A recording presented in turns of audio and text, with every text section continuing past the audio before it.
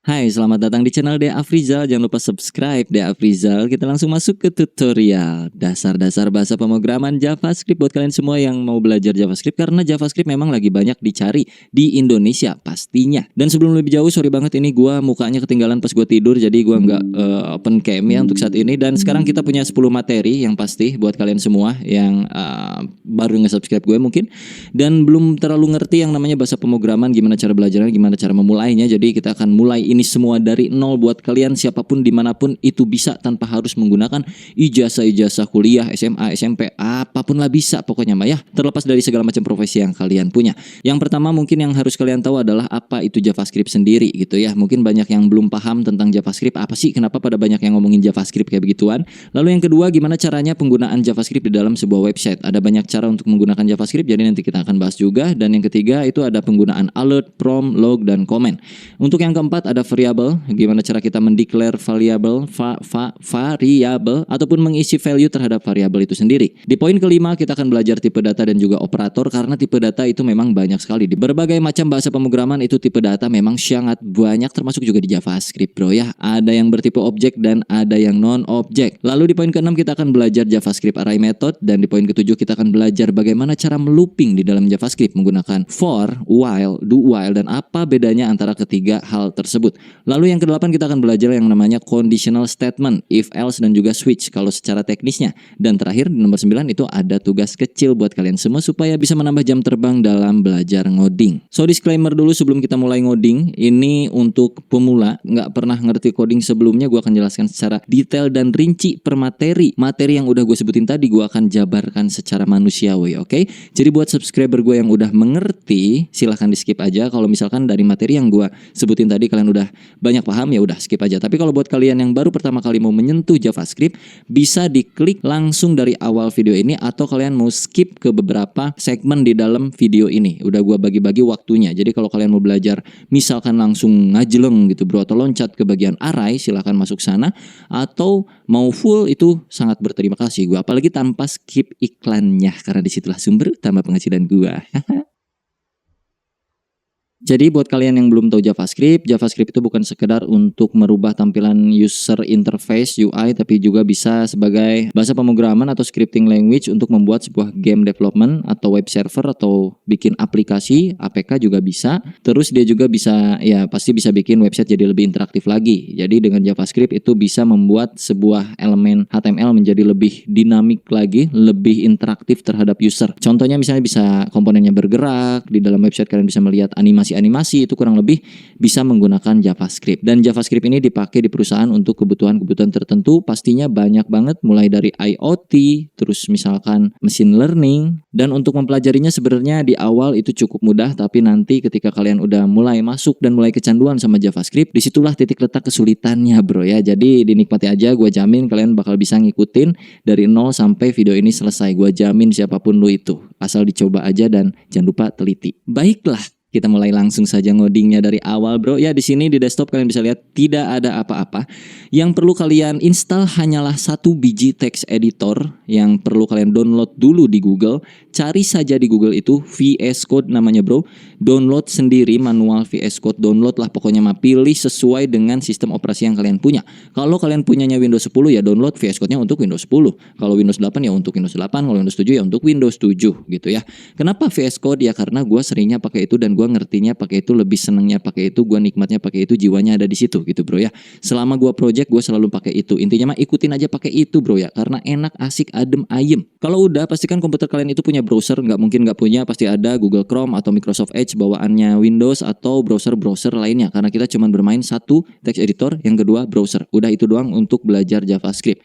Persiapan lainnya adalah kalian siapin kopi dan juga cemilan, karena nanti ke depan akan ada seleksi alam sepertinya. Kita langsung saja mulai. Di dalam desktop sini gue akan klik kanan, lalu lu coba pilih yang new dan bikinlah satu folder baru di sini. Namakan ya, kalian lihat di sini ada foldernya. Jangan lihat folder gue yang lainnya, karena di sini foldernya banyak folder game anak-anak. Oke, di sini namain aja belajar JavaScript, belajar JavaScript dasar. Gini ya, boleh.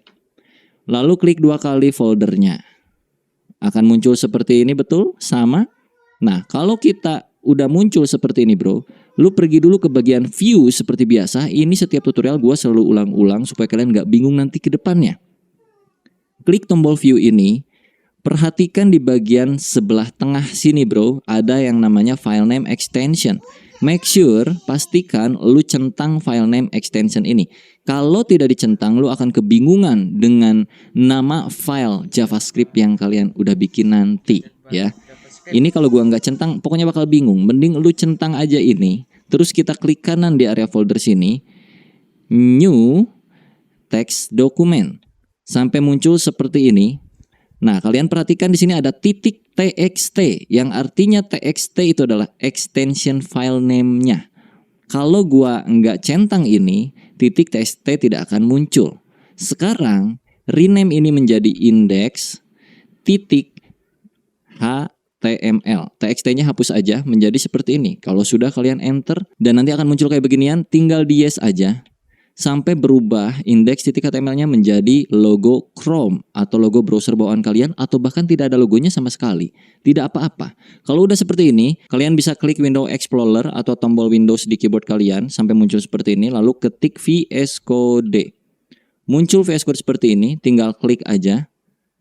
Akan terbuka welcome seperti ini. Welcome ini kalian close aja. Jadi kosongan seperti ini. Buka yang bagian atas Explorer dari VS Code-nya. Di sini disuruh open folder. Maka kita masukkan folder belajar JavaScript dasar. Yang mana foldernya itu ada di desktop kita. Ini. Kita tarik ini ke sini. Sampai ada tanda biru di sebelah kiri. Ini yang sebelah kiri itu namanya workspace kita. Tempat kita bekerja, folder-foldernya. Masukin. Dan akan menjadikan seperti ini. Tinggal kita yes, ini centang. Yes, dan kita buka index.html-nya. Kosong, belum ada apa-apa, gua perbesar dulu ya. Gua zoom in dengan cara Ctrl plus tombol plus. Nah, plus tombol plus, pusing-pusing lu. Sebelah backspace tuh ada tombol plus kalau kalian mau nge-zoom in ya. Kayak gini, tuh. Minus atau plus sekaligus juga ditekan Ctrl di keyboard kalian, dia akan jadi zoom in, zoom out. Right? Tahapan pertama kita coba dulu coding JavaScript-nya sedikit. Dengan cara buka tag HTML yang namanya script. Nih, kalau gue pencet T, lalu gue tutup, dia akan tertutup otomatis kalau di VS Code gue karena gue udah pakai extension. Kalau kalian bingung, jangan dulu pakai itu, biarkan kalian mengetik manual. Ketika aja manual seperti ini adalah syarat supaya kita bisa ngoding JavaScript-nya di dalam sebuah file HTML. Yang mana file HTML itu adalah file untuk bisa kita buka di browser. Script-nya di tengah-tengahnya itu enter dulu aja. Di sini kita coba bikin yang namanya alert. Lalu pakai buka tutup seperti itu ya. Kalau udah pakai string, terus kalian string itu apa yang namanya teh? Quotes. Terus di tengahnya kalian coba ketik aja hello world, standar. Hello world. Lalu kalian save dengan cara Ctrl plus S. Kalau udah buka lagi browsernya. Ini kita klik. Sampai muncul browser seperti ini. Terbuka browsernya dan muncul tulisan Hello World di sini. Kalau udah berarti JavaScript-nya berfungsi. Oke, ini gua akan minimize. Sebenarnya JavaScript ini kan terintegrasi di dalam HTML ya. Bisa kita panggil dengan dua cara untuk penggunaan JavaScript. Yang pertama adalah dengan cara JavaScript di dalam sebuah HTML-nya langsung atau biasa kita sebut internal JavaScript. Atau yang kedua kita pisahkan file script-nya di file lain selain HTML atau yang kita sebut eksternal JavaScript. Untuk memulai ini kita hapus aja, ini cuma permulaan doang. Jadi kita bikin dulu tag HTML seperti biasa. HTML, enter, lalu di dalam HTML selalu ada head. Oke.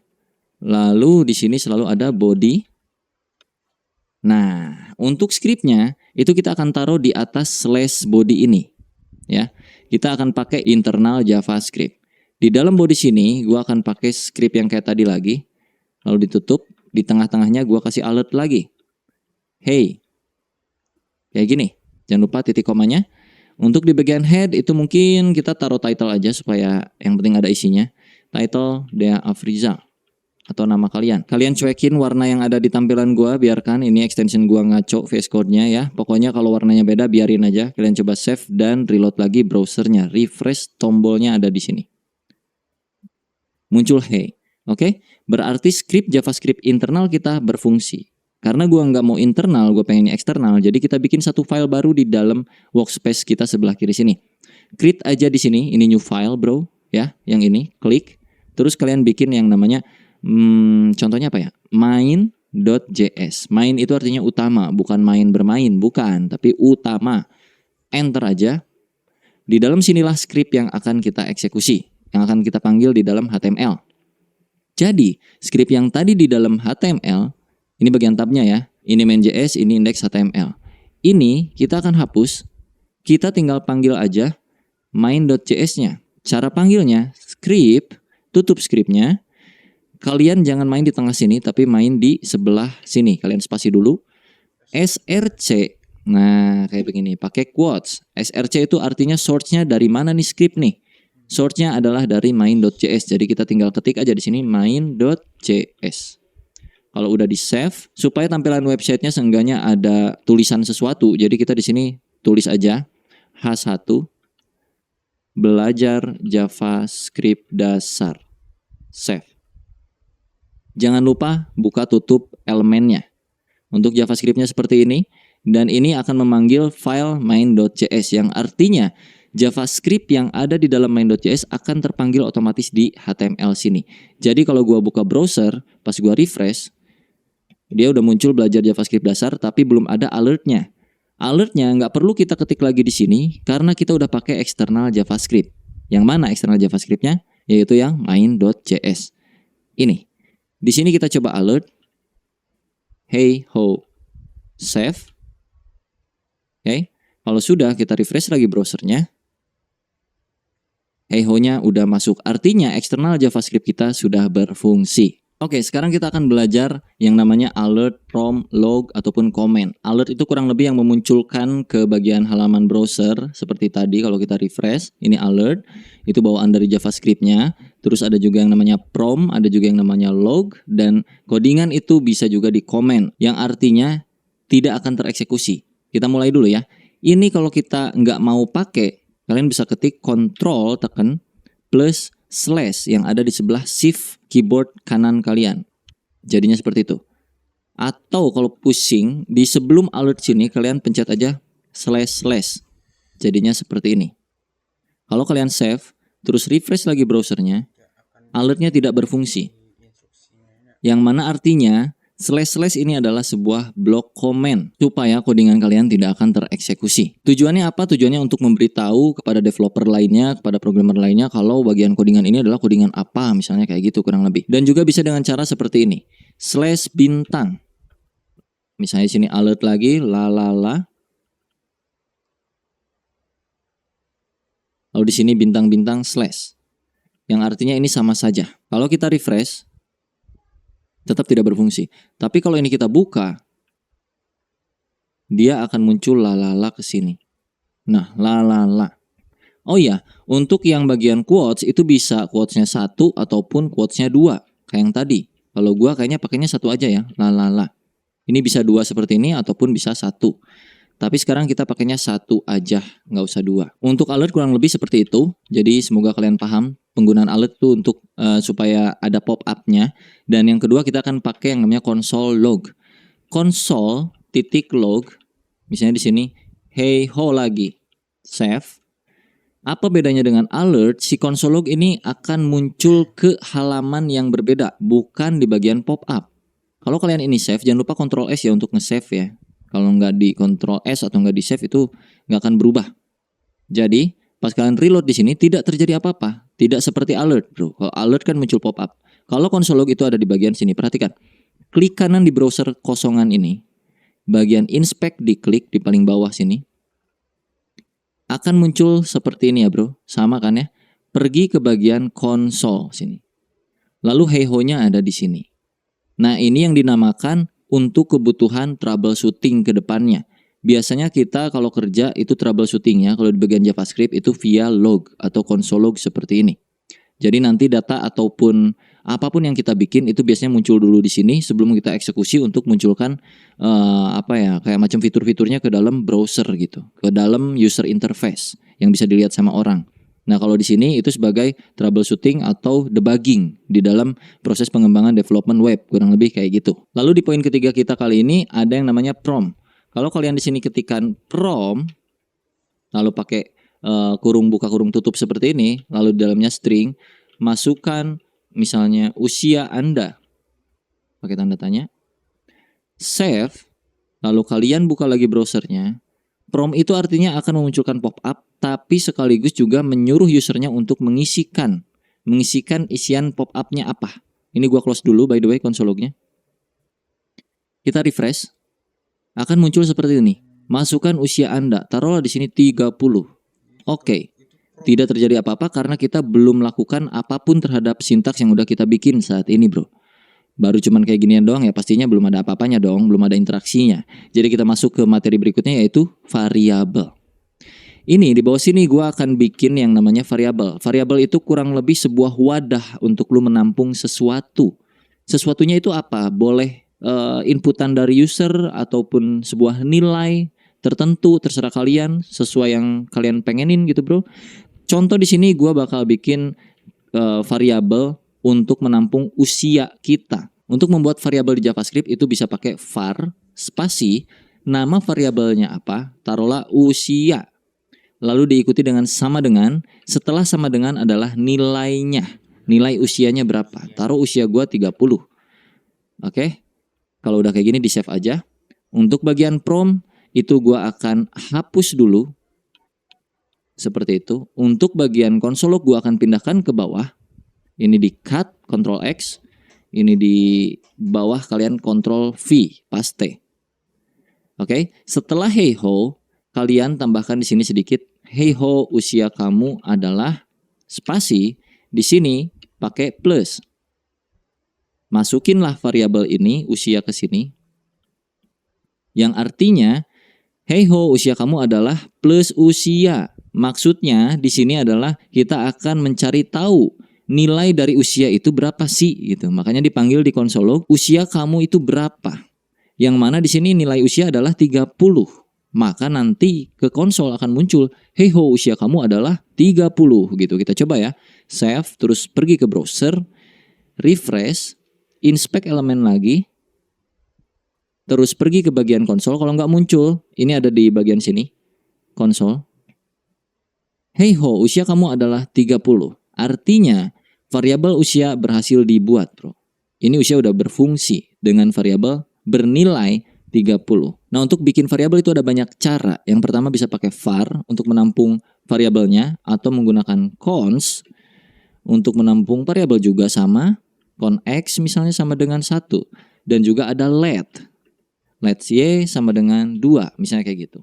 Perbedaannya adalah kalau cons itu nilai ini nggak bisa diubah-ubah sama sekali. Kalau let itu sama kayak var.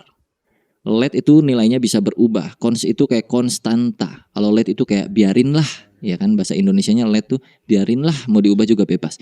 Kita kasih contoh, bro. Ini gue hapus lagi semua. Kita coba pakai cons sama dengan cons usia sama dengan 30. Kita save, kita refresh lagi browsernya. Masih sama hasilnya. Lalu kalau misalkan kita assign lagi nilai baru terhadap variabel ini, yang mana variabel itu bisa ditimpah nilainya. Ini nilai awalnya adalah 30, terus kita timpah usia sama dengan 35. Save. Ini akan terjadi error karena usia sudah fix nilainya, bro. Dengan variabel bertipe konstanta ini, 30-nya tuh udah fix, nggak bisa diubah-ubah. Jadi ketika kita mau kasih tahu bahwa di baris keempat itu usia harus diubah menjadi 35, yang tadinya 30, itu nggak akan bisa. Kalau kita save, terus kita reload lagi browsernya, maka akan terjadi error seperti ini. Assignment to constant variable. Itu nggak bisa, karena variabelnya bertipe konstan. Kurang lebih kayak gitu. Tapi kalau kita ganti consnya jadi let, alias biarkanlah usia itu awalnya 30, sisanya serah lu. Mau ganti usianya jadi 35, berapapun itu serah. Kalau kita save, terus kita reload, maka usia kamu adalah 35. Loh bang, 30-nya kemana? Aturannya begini bro, karena ini interpreted ya bro, disebutnya tuh interpreted, artinya dia akan mengeksekusi satu persatu kode dari atas ke bawah. Pertama, kode ini akan dieksekusi nih, let usia sama dengan 30. Lalu yang kedua, usia, variabel usia itu diganti nilainya jadi 35. Dan di sini console log, usia, yang mana usianya adalah nilai usia terakhir itu berapa akan kita munculkan di sini. Yang terakhir kan 35. Karena dia ada di baris keempat, sedangkan let usia 30 itu ada di baris ketiga. Jadi nilai terakhir dari variabel usia adalah 35, sehingga muncul ke bagian konsol itu juga 35. Bagaimana tentang variabel? Cukup mudah bukan? Lalu kalau udah kayak gini kita coba combine semuanya. Misalkan ini kita nggak mau pakai console log atau biarinlah console lognya di sini, terus kita tambahin lagi di bawah itu bisa. Pakai misalnya alert usia, save. Jadi pas kita refresh browsernya 35. Oke. Kalau di konsol itu tetap hey ho usia kamu adalah 35. Nah, kalau pengen misalkan kayak yang di konsol ada tulisannya sama aja. Di sini lu kasih kayak begini, tambahin plus juga. Di sininya lu kasih aja kayak macam usia kamu adalah save, reload lagi. Usia kamu adalah 35. Betul? Kalau pengen kita combine lagi dengan yang namanya prom, jadinya seperti ini. Kita hapus semua ini. Oke. Kita bikin sebuah variabel untuk menampung prom. Ini agak bermain logik dikit buat kalian yang baru pertama kali mulai bahasa pemrograman. Tadi udah gue ajarin basicnya, sekarang kita bermain pola pikirnya. Karena kita bisa menampung sesuatu di dalam sebuah variabel, artinya prom yang tadi, prom ini, ya kayak gini, berapa usia kamu? Kalau kita save, kita reload, kan dia suruh, mana ya? Loh kok kagak muncul ya? Oh kurang T, sorry. Ini kurang T, prompt.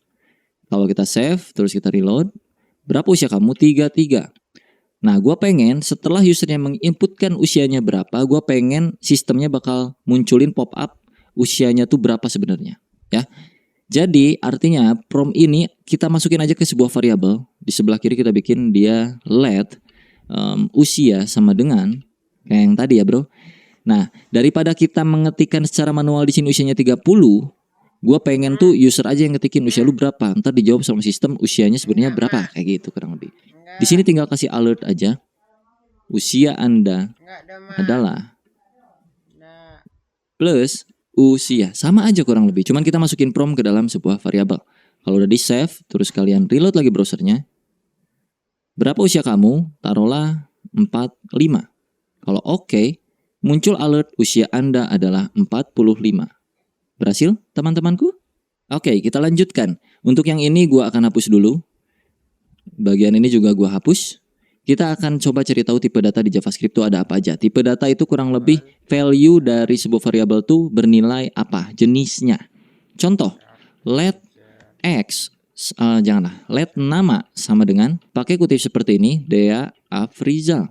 Terus kalian bikin lagi di bawahnya, misalnya let usia sama dengan 30. Oke, terus kalian gabungkan di dalam sebuah console log menjadi seperti ini, atau alert boleh. Nama Anda adalah plus, plusnya di luar, nama, plus lagi, dan usia Anda adalah plus lagi, usia.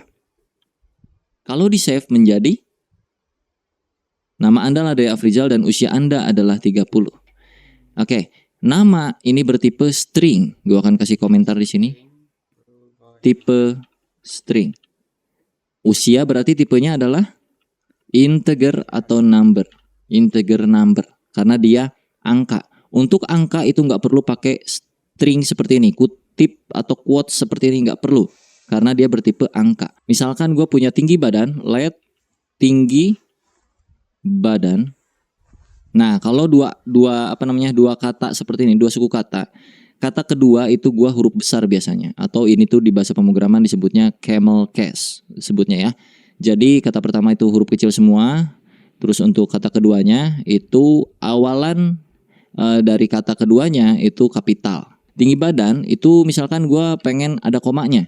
Nah, koma di dalam JavaScript itu bukan pakai koma di keyboard, tapi pakai titik. Jadi misalnya tinggi badan gua 173.5 cm kayak gitu.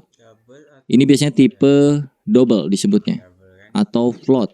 Kayak gitu. Sebenarnya lebih kompleks lagi nanti kalau kita bahas double dan juga float karena ada batasan-batasan tertentu. Tapi untuk saat ini kita cukup ketahui dulu bahwa ini adalah sebuah koma dengan menggunakan titik di keyboard kita, bukan pakai koma ya. Jadi ini bersifat number sebenarnya, tapi numbernya tuh bukan bilangan yang tanpa koma, tapi ini bilangannya ada komanya. Jadi biasanya itu disebutnya double atau float, kurang lebih kayak gitu. Lalu berikutnya tipe datanya ada kosong aja. Jadi misalnya let berat badan, udah nggak pakai sama dengan, nggak pakai apa. Ini artinya belum ada nilai atau ini apa namanya ya, cuman dibikin dulu variabelnya dan nanti variabelnya akan diisi kapan-kapan kayak gitu. Nanti akan kita contohkan pengisiannya seperti apa. Jadi biarkanlah seperti ini. Terus misalnya gue bikin lagi satu variabel, taruh aja namanya misalnya apa ya, pacar. Pacar sama dengan gue belum punya pacar misalnya, gue kasih 0. 0 itu juga tipe data. Kalau di JavaScript yang agak sedikit aneh, 0 itu nggak tahu lah pendefinisiannya seperti apa ya. Intinya kurang lebih 0 itu tidak bernilai atau tidak kayak gimana ya, gue susah jelasinnya Pak. 0 itu kosong lah kurang lebih kayak gitu ya, nggak ada apa-apanya gitu. Nah daripada kita memunculkan semua data ini dengan cara plus seperti ini, gue akan hapus ini dan kita bikin dengan cara yang agak sedikit mudah. Alert, buka, kalian pakai backtick di sebelah keyboard kalian, di sebelah angka 1 keyboard kalian. Jadi sebelah kiri angka 1 di keyboard tuh ada yang namanya backtick seperti ini. Nah, kita akan masukkan satu persatu. Misalnya nama saya pakai $, pakai kurawal seperti ini. Masukin variabelnya. Nama saya adalah nama, ya kan? Nama saya nama, yang mana nama adalah Deafrizal. Lalu di sini misalkan usia saya itu $30. Artinya usia saya itu kok 30, sorry, usia. Usia saya itu usia, yang mana usia nilainya adalah 30. Lalu di sini tinggi badan saya adalah $, apa isinya berarti? Tinggi badan. Huruf besar kecil itu sangat berpengaruh, spasi juga sangat berpengaruh, titik koma dan segala macamnya, jadi hati-hati ya. Nah di dalam ngoding itu sangat sensitif ya, antara spasi, salah kutip dikit, salah huruf dikit itu sangat berpengaruh. Ini pemanggilan harus sama persis seperti apa yang ada di atas ini, jadi nggak boleh beda, oke? Lalu terakhir itu yang berat badan dan juga pacar ya. Misalkan di sini berat badan saya, berat badan, dan pacar saya pacar. Kalau kita save Ctrl S, nah jadi kan kayak gini ya. Ini kalian bisa enter sebenarnya bebas. Jadi intinya di dalam kurung ini ada backtick dan isian dari apa yang mau kita munculkan ke browser. Kalau kita refresh browsernya, ini gua close by the way. Refresh. Muncul nama saya Deafrizal, usia saya itu 30, tinggi badan saya adalah 173,5, berat badan saya undefinite dan pacar saya 0. Undefinite kenapa? Karena belum ada value-nya di sini. Ya. Oke? Undefinite karena belum ada value-nya di variabel berat badan. Coba kita refresh lagi. Undefinite ini artinya belum ada nilai. Kalau kita kasih nilai di bagian bawah sini, berat badan sama dengan 100, enggak 100 gua, cuman 60 kilo misalnya gitu. Jadi kalau untuk mengisi nilai variabelnya terakhir nanti kapan-kapan itu nggak perlu pakai let lagi. Jadi let ataupun cons ataupun var itu cuman dijabarin satu kali aja deklarasinya ya bro. Sisanya kalian tinggal panggil-panggil seperti ini tanpa harus pakai let, cons kayak gitu-gitu lagi. Berat badan 60. Jadi kalau kita refresh browsernya itu akan berubah, bukan undefinite lagi. Nah, supaya lebih lengkap lagi tadi kita tambahin sentimeter misalnya. Tinggi badan saya adalah tinggi badan, sini cm, sentimeter. Berat badan saya adalah berat badan cm kayak gitu. Cm, kg. Kita save, cek browser, refresh. Nama saya Deafrizal, usia saya itu 30, tinggi badan saya adalah 173,5 cm, berat badan saya 60 kg dan pacar saya 0. Nah, karena gua nggak mau pacar sayanya tulisannya 0, maka kita akan langsung masuk ke yang namanya pengkondisian. Oke?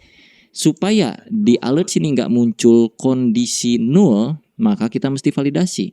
Untuk validasi di dalam JavaScript itu kita pakai yang namanya if else, atau ini biasa kita sebut pengkondisian lah di dalam bahasa pemrograman ya. Jadi codingannya kurang lebih di atas alert, karena ya kenapa di atas alert? Ya karena alertnya itu kan di paling akhir. Nah kita butuh pacar saya ini harus tervalidasi dulu, terkondisikan dulu supaya nggak muncul 0. Artinya di atas alert sinilah kita ngoding. If buka tutup seperti ini, Artinya jika, nah ini kan logik nih, standar nih. Jika pacar sama dengan nul, nah apa yang akan kita lakukan? Sama dengan ini artinya apa ya, komparasi atau perbandingan. Jadi kalau mau bandingin variabel dengan nilai tertentu atau dengan variabel lainnya, itu pakai sama dengan atau pakai tidak sama dengan. Tidak sama dengan artinya ya kayak apakah pacar tidak sama dengan 2 atau pacar tidak dengan 1, kayak gitu-gitu kurang lebih. Tapi untuk kasus ini kita pakai sama dengan dulu. Jika pacar sama dengan nul, nah karena tadi kita udah belajar yang namanya assignment variable atau mengisi nilai ke variabel, maka ini kan let nih, artinya kita bisa ubah-ubah nilai pacar. Kita akan ubah pacarnya di sini. Jika pacarnya nilainya 0, kita akan ubah pacar sama dengan 1 aja sama dengannya, belum punya. Else, nah else itu adalah pengecualian lainnya. Else pacar sama dengan udah punya, bolehlah kayak gitu, udah punya. Jadi kalau dibaca kurang lebih kayak gini. Jika variabel pacar itu bernilai 0, yang mana yes, saat ini variabel pacar itu bernilai 0, jadi otomatis akan masuk ke kondisi pertama yang if ini. Ya, karena kondisi dari variabel pacar memang nilainya adalah 0. Jadi pacar akan diganti nilainya menjadi belum punya. Yang tadinya 0 jadi belum punya. Tapi kalau pacar itu bukan 0, yang mana itu adalah di dalam else. Else itu artinya selain dari kondisi yang pertama. Kondisi pertamanya kan pacar sama dengan 0. Tapi selain dari kondisi tersebut, eksekusi yang ini, yang mana pacar akan diubah menjadi udah punya. Kalau kita save, maka pacar saya yang tadinya 0 akan berubah menjadi belum punya. Kita coba refresh browsernya. Lihat ini. Pacar saya belum punya. Betul? Kalau misalkan gue ganti di sini bukan 0, taruh aja gue punya pacar 1. Maka kalau gue refresh lagi browsernya, dan pacar saya udah punya. Kayak gitu ya. Kenapa udah punya? Karena di sini masuk ke kondisi yang else, selain dari kondisi yang pertama. Ketika statement pertama atau kondisi pertama tidak terpecahkan alias tidak matching, tidak sama, tidak cocok, maka akan masuk ke yang else. Else itu artinya selain dari kondisi-kondisi yang ada. Dan ada jenis pengkondisian yang lainnya bisa pakai yang namanya switch. Nah ini kan if else. Kalau kita mau pakai switch, ini gua komen dulu ya. Ini block control slash. Lalu gue bikin di sini switch kayak begitu bro, buka tutup, kurawal, enter, diikuti dengan case dan juga break. Case di sini nanti bakal pakai titik 2, jadi tunggu aja. Untuk switch yang di dalam buka tutup ini, apa sih yang mau kita compare? Yang mau kita compare adalah pacar. Seperti itu, pacar. Nah, case adalah kasusnya, pacar adalah statementnya. Jika pacar dengan perilaku seperti apa di sini, misalnya gitu ya. Jika pacar case-nya 1, nah titik 2, apa yang akan dilakukan? Contoh di sini gue akan melakukan replacement lagi. Pacar diganti jadi punya 1 aja. Lalu kalau ada case berikutnya, kita bikin di bawah break sini case 2. Kalau pacarnya 2, apa yang akan kita lakukan? Pacar akan kita replace dengan punya pacar 2. Aku cukup playboy. Gitu. Lalu kita break lagi di sini. Lalu di sini ada kondisi default. Default break. Titik 2. Defaultnya pacar sama dengan belum punya pacar. Yang artinya selain 1 dan 2, secara default atau secara bawaan pabrik, itu pacar akan bernilai belum punya pacar. Tapi kalau pacarnya bernilai 1, yang mana sekarang kan pacarnya bernilai 1 nih, maka akan diganti pacarnya jadi punya 1 aja. Yang tadinya number diganti jadi string seperti ini ya, tipe datanya. Lalu di break artinya ya udah gitu, statement 1 kelar. Lanjut ke statement 2. Kalau pacarnya punya 2, yang mana sekarang nilainya bukan 2, jadi nggak akan masuk sini sebenarnya. Tapi kalau andai kata dia 2 nilainya, maka akan masuk ke sini. Replacement variabel pacar menjadi string dengan isian nilai punya pacar 2, aku cukup playboy. Dan kondisi standarnya jika tidak memenuhi nilai 1 dan nilai 2, maka kondisi default dari pacar adalah bernilai belum punya pacar. Kalau kita save, kita reload lagi browsernya. Nama saya Afrizal, usia saya 30 dan berat badan bla bla bla bla bla bla, dan pacar saya punya 1 aja. Oke? Sesuai ya, karena di sininya juga 1 dan masuk ke kondisi yang 1. Nah, kalau di sini gua ganti jadi 2. Kita save dan kita coba refresh browsernya, harusnya masuk ke kondisi yang ini ya. Yang Playboy. Kita coba reload. Boom. Aku cukup Playboy ya. Saya punya pacar 2, aku cukup Playboy. Dan kalau misalkan di sini gua ngacoin segini misalnya. Sorry. Gua save selalu masuk ke bagian sini karena nggak match ke maksudnya nggak masuk ke kondisi pertama, nggak masuk ke kondisi kedua. Jadi akan selalu masuk ke yang default. Mau ini isinya apapun selain 1 dan 2. Belum punya pacar. Kita coba refresh. Belum punya pacar. Kurang lebih kayak gitu. Sama aja sebenarnya kayak if else, cuman kalau yang switch itu pengkondisiannya kayak gini aturan mainnya. So gua akan balikin ini pakai if else lagi karena menurut gua lebih relevan aja kalau untuk kasus seperti ini pakai if else. Gua delete ini dan kita buka yang ini dengan cara Ctrl/. Oke, kita akan tambahkan 1 alert lagi di sini untuk memunculkan saldo kita ceritanya. Jadi gua akan bikin di sini 1 variabel baru di bawah sini. Let saldo awal sama dengan misalkan gua punya duit 50.000. Let saldo tambahan sama dengan 3 atau 80.000. Oke. Lalu gua akan bikin alert baru di sini untuk memunculkan saldo awal dan saldo tambahan. Pakai backtick lagi. Saldo awal saya sebesar, pakai dolar kurung kurawal saldo awal. Dan saldo tambahan yang akan saya miliki sebesar dolar kurung kurawal saldo tambahan. Save dulu. Jadi kita punya 2 alert dan kalau udah di save kita cek lagi browser. Alert pertama itu akan muncul duluan seperti yang tadi. Lalu pas di OK akan muncul alert kedua. Saldo awal saya sebesar 50.000 dan saldo tambahan saya yang akan saya miliki sebesar 80.000. Kalau kita OK berakhir. Nah, kita tambahin dulu RP di sini biar agak enak ya. RP titik dan juga RP titik sebelah sini biar lebih relevan. Refresh. Oke. Saldo awal saya sebesar 50.000 dan juga saldo tambahan sebesar 80.000. Gua pengen di sini kita tambahkan jadi total saldo yang saya miliki adalah sebanyak titik-titik gitu ya. Titik-titiknya gimana caranya? Kita akan bermain yang namanya operator di sini, Bro. Untuk tahu berapa totalnya berarti kan tinggal ditambahin aja.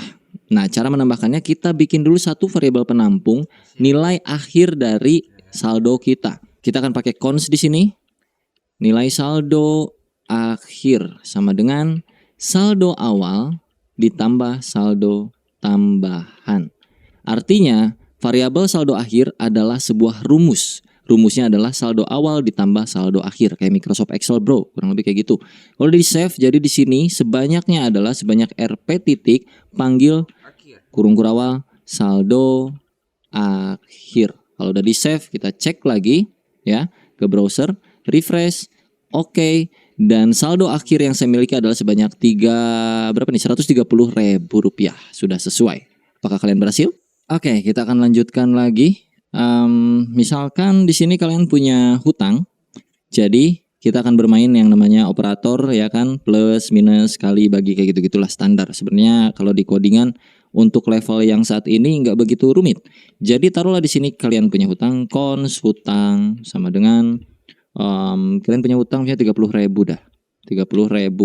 Artinya saldo akhir itu apa? Saldo awal ditambah saldo tambahan dikurangin hutang. Betul? Kurangin hutang.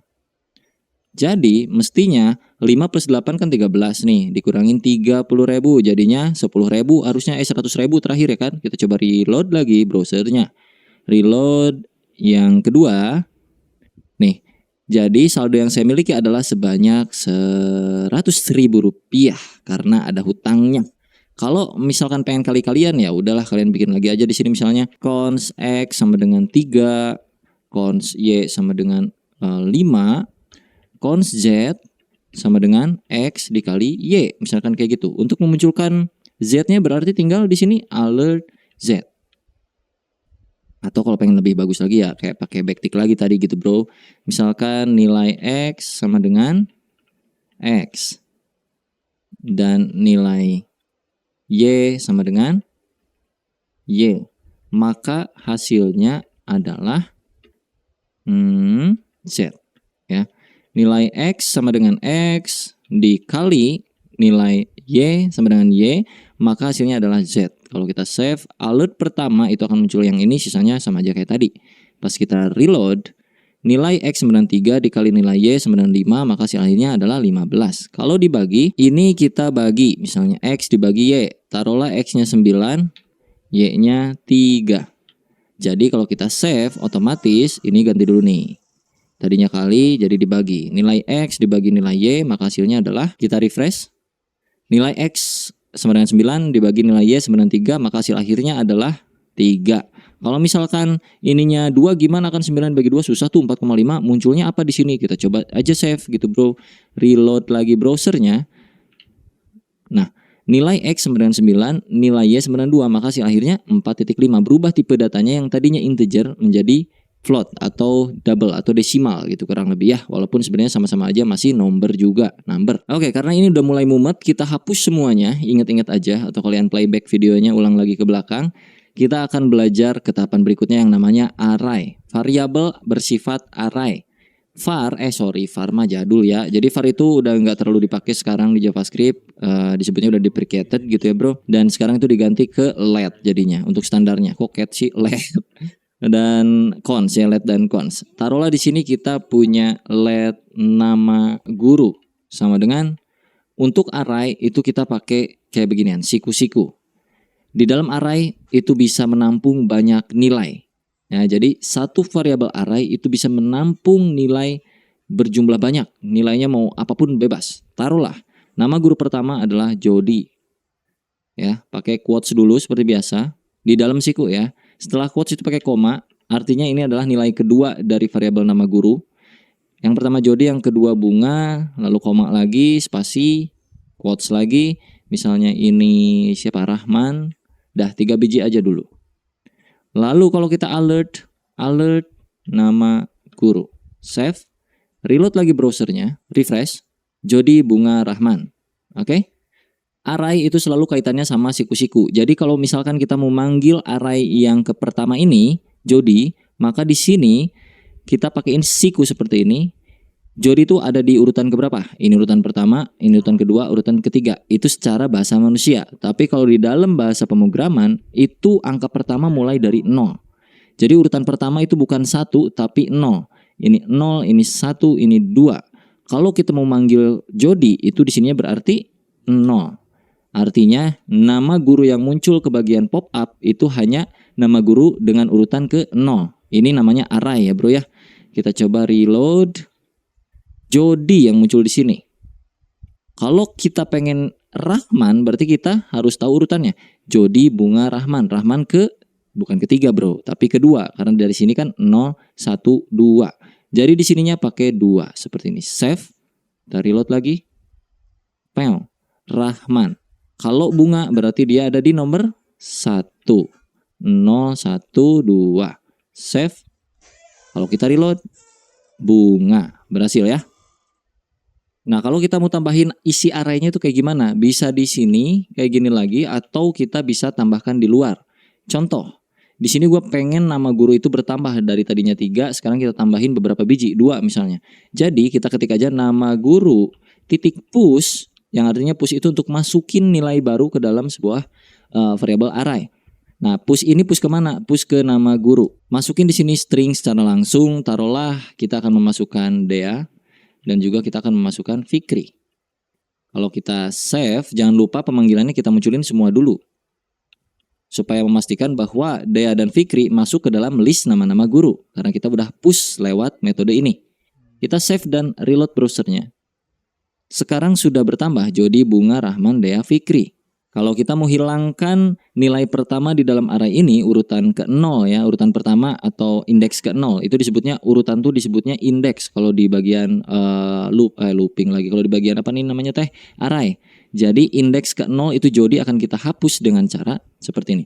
Nama guru dot shift, yang artinya Jody akan hilang. Sekarang kita reload lagi. Bunga Rahman Dea Fikri, Jodinya sudah hilang. Betul? Kalau misalkan yang terakhir pengen dihilangkan, si Fikri ini kan yang terakhir nih. Kalau kita mau hapus, berarti pakai di sininya nama guru dot pop untuk menghapus yang terakhir. Jadi kalau menghapus yang awal itu shift, kalau menghapus yang akhir itu pop. Kalau kita reload, sekarang cuma ada Bunga, Rahman, dan Dea. Bunga, Rahman, dan Dea. Kita juga bisa menggunakan metode lain untuk membuat array. Contohnya misalkan kita punya variabel yang nilainya masih kosong arraynya. Let nama guru sama dengan kosong seperti ini. Lalu kita isi di luar. Nanti isinya misalnya kayak gini. Nama guru indeks ke-0 atau urutan pertama itu siapa? Misalnya Dea. Nama guru urutan ke-2 atau indeks ke-1 itu misalkan Fikri. Lalu kalau kita alert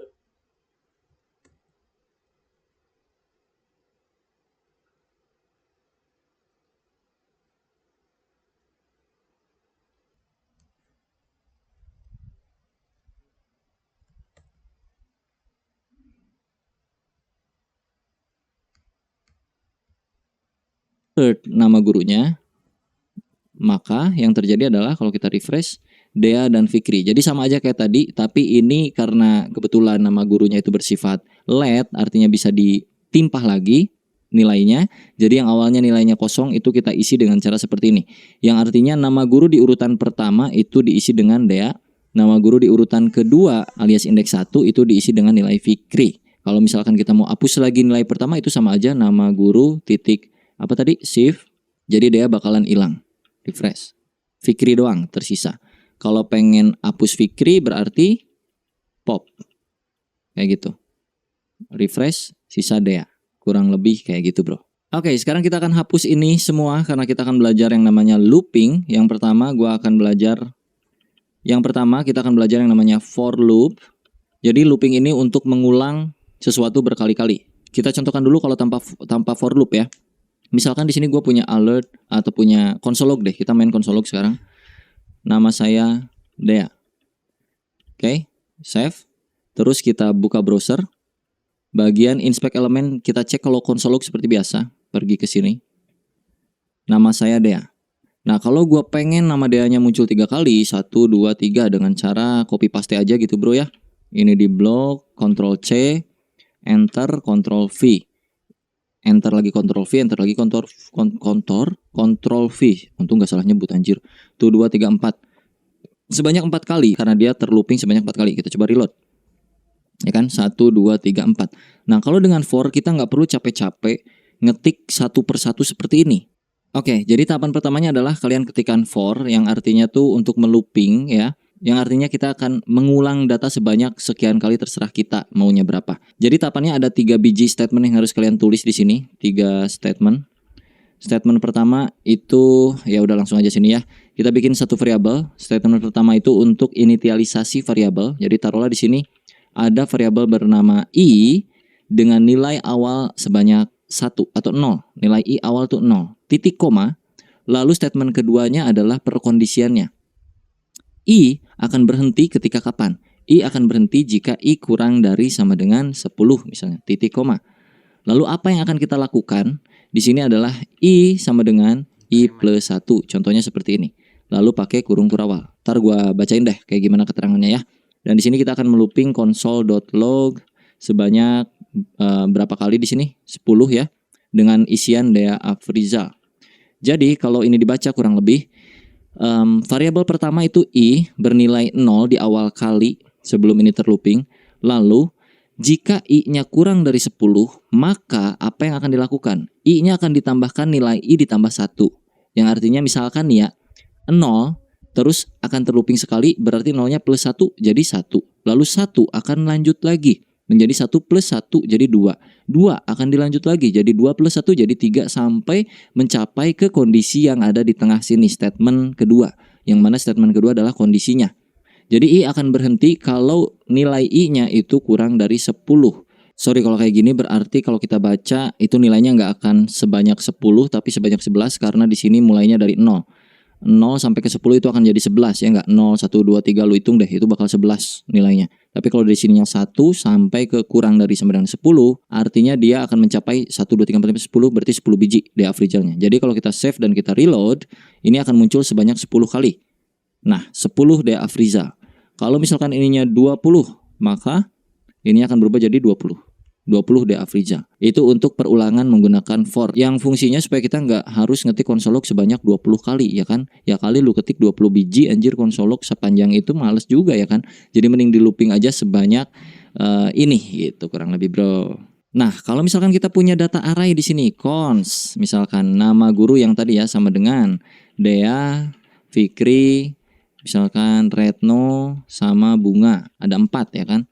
Terus kita console log ini, taruhlah ini gua komen dulu, gua console log nama gurunya di sini, console.log nama guru. Yang muncul ke bagian konsol akan menjadi seperti ini ya, 0, 1, 2, 3. Nah, sedangkan nanti ketika kalian kerja itu kasusnya nggak akan kayak gini, pasti harus di mapping disebutnya tuh. Nah, salah satu cara mappingnya tuh bisa dengan banyak metode pastinya, tapi bisa juga pakai for. Kalau pakai for artinya begini. Ini gua hapus dulu konsolnya. Kita buka lagi for-nya. I itu pertama bernilai 1, lalu I kurang dari 20. Nah, ini 20-nya kita ganti nih supaya kita bisa mapping data ini sebanyak jumlah data yang ada di array sini. Nah, untuk mengetahui jumlah data yang ada di array sini, kita console log dulu di sini, console.log nama guru.length. Yang artinya supaya kita bisa tahu jumlah panjang data dari sebuah array.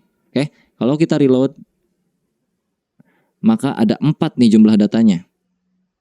Nah, supaya dinamis, 20 ini kita ganti jadi nama guru.length, titik length. Nama guru titik length.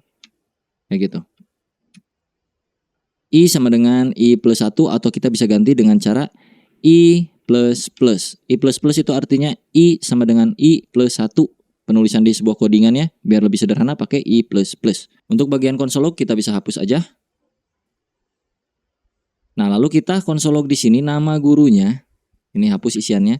Nama guru dalam kurung alias siku-siku gitu karena kita mau memapping datanya sebanyak I. Ya, sesuai dengan apa yang ada di dalam sini. Kalau kita reload maka Fikri, Retno, Bunga, undefined. Undefined itu siapa? Dea. Kenapa? Karena mulainya dari 1 bukan dari 0. Jadi kita mulai dari 0. Kalau kita reload maka Dea, Fikri, Retno, Bunga. Ini undefined apa? Karena kita pakai sama dengan di sini. Jangan pakai sama dengan. Kita reload. Dea, Fikri, Retno, Bunga. Aman muncul di sini. Kalau dibaca kurang lebih kayak begini bro. Pertama, nilai I atau urutan itu 0 ya kan. Terus I akan di looping sebanyak jumlah data yang ada di sini. Lalu ditambahkan I-nya. Lalu yang kita console log adalah nama guru indeks keberapa. Nah, di sini kan tuh nilai I bertambah terus nih, bro. I pertama itu sama dengan 0. Terus I kedua sama dengan 1. I ketiga sama dengan 2, ya kan? I1, I2, I3 sampai seterusnya I4. Nah, artinya ketika kita console log yang ini nama guru I, ini kan terlooping terus nih. Si I ini akan ngikut ini sebenarnya. Jadi akan kayak gini nih, 0, 1, 2, 3. Terlooping sebanyak 4 kali sampai ke nilai I yang ada di sini secara dinamis. Jadi bakal muncul si semua ini gurunya. Tapi kalau di sini gua pakai manual kayak gini, nama guru urutan ke-0 yang artinya itu Dea, ya tetap aja bro kayak gini, malah Deanya doang yang di looping 4 kali. Kalau misalkan di sininya 1, berarti si Fikri akan terlooping sebanyak 4 kali. Sedangkan kita melooping ini semua supaya muncul terpecah-pecah semuanya. Jadi di sini sebanyak I. Ya gitu. Dan kayak gitu hasilnya. Cukup pusing kan untuk bagian for kalau digabung sama array. Nah, nanti kalau kerja pun gitu. Penggabungannya bukan cuman sekedar for dengan array. Nanti bahkan ada objek, ada segala macam, segala gitu. Cuman untuk tahapan awal kayaknya belajarnya gini dulu aja supaya ada gambaran kurang lebih kayak gimana. Ini juga udah mungkin cukup pusing bagi kalian yang baru pertama kali ngoding. Tapi Kalau kalian cukup mengerti ya itu berarti ada pertanda baik ke depannya gitu. Masa depannya lumayan cerah. Tapi kalau masih bingung, silahkan dicoba-coba dan dipahami, di playback terus menerus ya bro ya. Nah untuk looping nggak cuma for, ada juga yang namanya while. Jadi kita akan coba di sini pakai while. Ini gua komen dulu ya. Untuk cons ini gua hapus aja dah. Gua hapus. While itu sama aja. Jadi pertama sintaksnya seperti ini while, lalu kurawal kayak gitu. While kita bikinlah di sini variabel di luar while ya, taruh variabel i sama dengan 0, boleh. While i kurang dari 10, apa yang akan kita lakukan? Kayak tadi aja sama, console.log Dea Afriza. Ya, jangan lupa tambahkan di sini i++. Jadi ini kalau dibaca, kita punya nilai i pertama kali, nilai i-nya tuh 0. Terus kita looping dengan metode while. Dia akan berhenti jika i-nya bernilai 10. Jadi kurang lebih kondisinya ada di sini dan tereksekusi di sini. Jadi kalau kita save Dea Afrizal sebanyak 10 kali. Kalau ini gua ganti jadi 20 sama aja sebenarnya. Nah, berbeda dengan yang do while. Ini while ya. Kalau do while itu agak beda. Jadi kalau do while itu sintaksnya seperti ini. Do lakukan apa? While gimana gitu kurang lebih. Jadi do lakukan dulu misalnya console.log Dea Afrizal while i sama dengan kurang dari 10. Taruhlah. Ini while yang ini gue hapus ya. Ntar kita bakal tahu bedanya apa. Jangan lupa ditambahkan di sini i++. Sorry di sini. Lakukan penambahan nilai i yang tadinya 0 sampai i-nya bernilai kurang dari 10. Yang tadinya 0. Bedanya kalau do itu akan dilakukan dulu, dieksekusi dulu sekali ini penambahannya, baru dia akan mencari kondisinya. Kalau yang while dia akan mencari kondisinya dulu baru mengeksekusi. Tapi kalau yang do itu dia eksekusi dulu satu kali di sini baru ngecek ke kondisi. Jadi kalau kita reload itu masih sama aja kayak gini. Cuman kalau kondisinya nggak matching nih ya, taruh di sini 10 ya. Terus gua reload, maka dia akan tereksekusi Dea Afrizal satu kali. Sedangkan di sini kondisinya 10. Tapi di sini while-nya ketika i kurang dari 10. Sedangkan di sini i kan 10. Jadi harusnya tidak ada yang tereksekusi. Tapi kalau kita pakai while, ini aman. Kalau pakai do itu bakal tereksekusi satu kali. Kalau pakai while nih gue pakai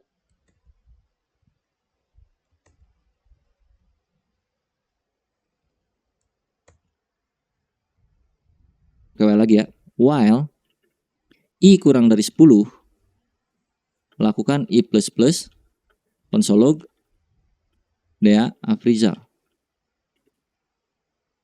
Nah, kalau tadi kan muncul ya Dea Afrizal di sini. Ini kalau gua reload, dia nggak akan muncul karena dia itu akan mencari kondisi ini dulu. Ya, kondisinya ini kan nggak cocok bro. I kurang dari 10 kan nggak. I ini kan 10 sama dengan 10, bukan kurang dari 10.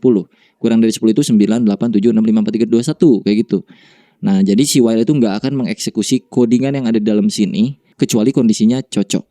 Tapi kalau do while mau kondisinya kayak gimana pun dia akan mengeksekusi terlebih dahulu satu kali, baru dia akan pergi ke kondisinya. Gitu kurang lebih ya. Oke, untuk terakhir ada tugas kecil buat kalian semua. Jadi tugasnya kurang lebih kayak begini. Akan gua contohkan. Pertama, kita akan pakai yang namanya prom untuk mengetahui ya. Sorry, ini kita ganti tugas kecil. Prom untuk mengetahui saldo akhir dari apa yang diinputkan oleh user. Oke, ini tugas pertama. Lalu tugas kedua adalah menentukan hari dari tanggal yang ada saat ini di komputer kalian, di PC kalian. Oke, gua akan kasih clue nomor 2. Kalau nomor 1 kan itu mudah ya. Nomor 2 itu kita harus cari tahu dulu sekarang itu tanggal berapa. Jadi kalau gua bikin penampungan variabel di sini let hari sama dengan new date kayak begini. Kita save console.log harinya biar tahu bener atau enggak. Kita refresh browsernya. Nih, harinya adalah Monday, Februari 06 2023. Nah, kita tuh butuh monnya, Monday-nya, harinya supaya kita bisa tahu ini tuh hari apa, hari keberapa gitu ya. Jadi di sini gua kasih clue aja satu variabel hari dengan cara codingannya seperti ini, get day, kayak begini. Dan kalau kita console.log, ini artinya objek dari JavaScript di sononya ya bro ya, kita panggil supaya kita bisa tahu hari apa sekarang. Kalau kita reload, dia akan muncul 1 karena sekarang hari Senin. Tapi kalau gua ubah ini hari gua jadi Selasa, dia akan 2, 3, 4, 5, 6 sampai 7. 7 itu minggu. Jadi hasil akhirnya kalian harus bisa memunculkan kayak begini kurang lebih. Hari ini adalah hari.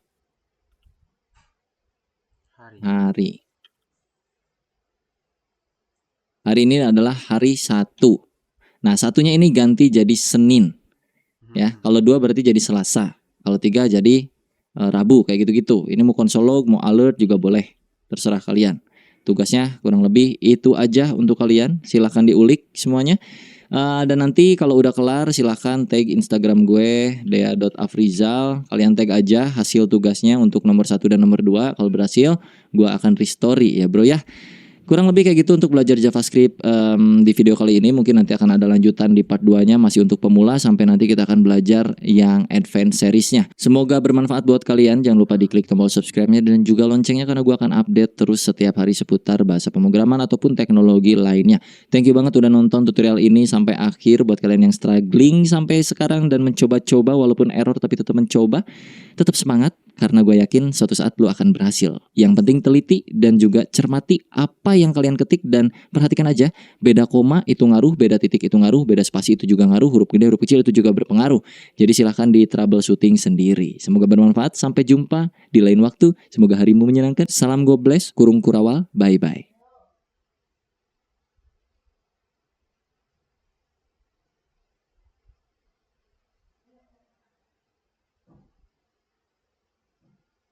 Oke, kita lanjut lagi belajar JavaScript. Seperti yang bisa kalian lihat di YouTube gue tuh udah ada satu playlist baru namanya JavaScript Tutorial, dan ini khusus untuk seputaran JavaScript. Buat kalian yang masih pemula, pengen belajar dari nol, itu ada playlist bagian judul dan kalian cek ke dalam awal struk nih, dan ini itu adalah kan gitu ya. Gue belajar apa aja akan gue masukkan ke sini. Kita langsung masuk aja ke video kali ini. 3C atau World Wide Web, konten elemen yang ada di HTML, termasuk strukturnya bisa kita update juga, dan juga stylingnya bisa kita isi langsung dari JavaScript. Kurang lebih itu yang disebut dengan DOM, Document Object Model. Di tutorial kali ini gua akan coba sharing seputar beberapa poin, kurang lebih ada 5 poin. Yang pertama itu kita akan belajar yang namanya elemen manipulation, ya sesuai seperti judulnya aja bahwa kita akan bermain DOM, jadi udah pasti nggak jauh dari yang namanya elemen manipulation.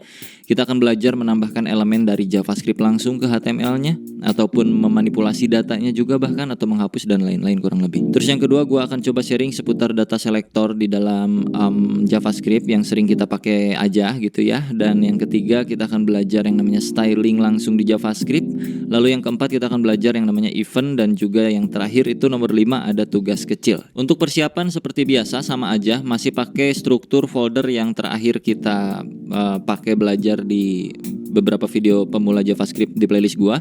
Masih folder yang ini, belajar JavaScript dasar, dan di dalam folder tuh cuman ada index.html dan juga main.js ya. Buat kalian yang belum tahu isian foldernya kayak gimana, dan kalau lu belum punya, lu bisa ikutin playlist gua yang JavaScript itu dari video yang satu dulu, biar bisa foldernya sama kayak kita. Oke, kita mulai. Di sini gua akan buka VS Code-nya. Untuk buka VS Code mungkin kalian udah bisa ya harusnya, atau memasukkan project ke dalam VS Code itu kalian harusnya udah bisa, karena kalian harusnya udah nonton dulu video-video sebelumnya. Oke, di sini ada index HTML, gua rekap sedikit, dan juga di sini main.js gua kosongkan, gak ada apa-apa karena kita akan belajar dari nol lagi untuk DOM, Document Object Model, karena itu berbeda ranah dari yang sebelumnya di tutorial gua di playlist JavaScript-nya. Untuk indeks HTML-nya itu cukup kita panggil JavaScript-nya doang. Di sini di baris ke-7 kurang lebih di HTML-nya itu kita integrasikan main.js-nya ke dalam HTML sini kayak begini. Oke, di sini strukturnya cuma punya title doang. Title-nya di sini ada Dea Afrizal, dan juga ada H1 belajar JavaScript dasar. Kita mulai dokumen object model yang pertama di main.js. Kita akan coba mengubah isian dari indeks HTML ini lewat JavaScript tanpa kita ngoding di HTML-nya. Oke, itu tujuan kurang lebih kalau kita bermain DOM, salah satunya itu ya. Kita open dulu untuk indeks HTML-nya. Gua klik 2 kali, muncul seperti ini, dan kita akan mulai coba perhatikan di bagian atas sini. Title itu masuk ke bagian Dea Afrizal sini. Dan salah satu hal yang paling sederhana di dalam dokumen object model adalah merubah bagian-bagian ini gitu ya. Deafrizal akan kita ganti dengan kata-kata lain. Di dalam indeks HTML itu ada deafrizal, gue nggak akan ubah, jadi kita ubah dari main.js. Gimana cara ngubahnya? Kalian tinggal ketik aja dokumen titik ya, dokumen titik title, karena di sana kan namanya title, maka lu bisa masuk langsung ke sini dengan keyword awalnya tuh document, terus pakai titik title. Karena ini objek, jadi dia masuknya pakai titik gitu ya, untuk masuk ke dalam sesuatunya. Dokumen tuh bawaan dari sononya, dari JavaScript-nya, lu nggak usah terlalu banyak mikirin ini. Ini bagian dari window object kalau nggak salah, gue lupa juga dah secara teorinya. Tapi intinya kalau mau masuk ke bagian title, lu ketik aja dokumen.title. Cuman sebelum kita ubah, lu mesti tahu dulu apa isi dari dokumen.title sebenarnya, ada atau enggak. Dengan cara troubleshooting yang selalu gue bilang, dengan cara apa? Masih ingat? Console.log dalam kurung dokumen.title. Jangan lupa di save. Terus lu pergi ke browser lagi dan refresh browsernya. Kalau tidak terjadi apa-apa, karena di sini kita bermainnya console log, maka kita pergi ke klik kanan, inspect, cari di bagian console sini. Oke, console. Deafrizal. Jadi dokumen title saat ini adalah Deafrizal. Mana tadi? Aduh. Nah, ini ya. Sekarang kalau kita ubah dokumen.title, ini masih nyambung dengan materi yang kemarin ya, materi yang assignment to variable, kurang lebih assignment values to variable. Jadi kita masukin values baru untuk title, yaitu taruh aja di sini, siapa nama lu? Fikri Gobles misalnya gitu ya, Fikri Gobles. Lu save lagi, oke? Lu lihat ke bagian browser, kalau lu refresh, bagian title di bagian sininya, di bagian tab browsernya itu berubah jadi Fikri Gobles. Kalau kita console log di bagian sini untuk dokumennya lagi, console.log dokumen.title, maka title terakhir itu akan menjadi, kalau kita refresh, Fikri Gobles. Yang awalnya Deafrizal berubah menjadi Fikri Gobles. Itu materi pertamanya, sederhana. Kita nggak akan terlalu banyak mainin si title, jadi ini konsol gua hapus dulu.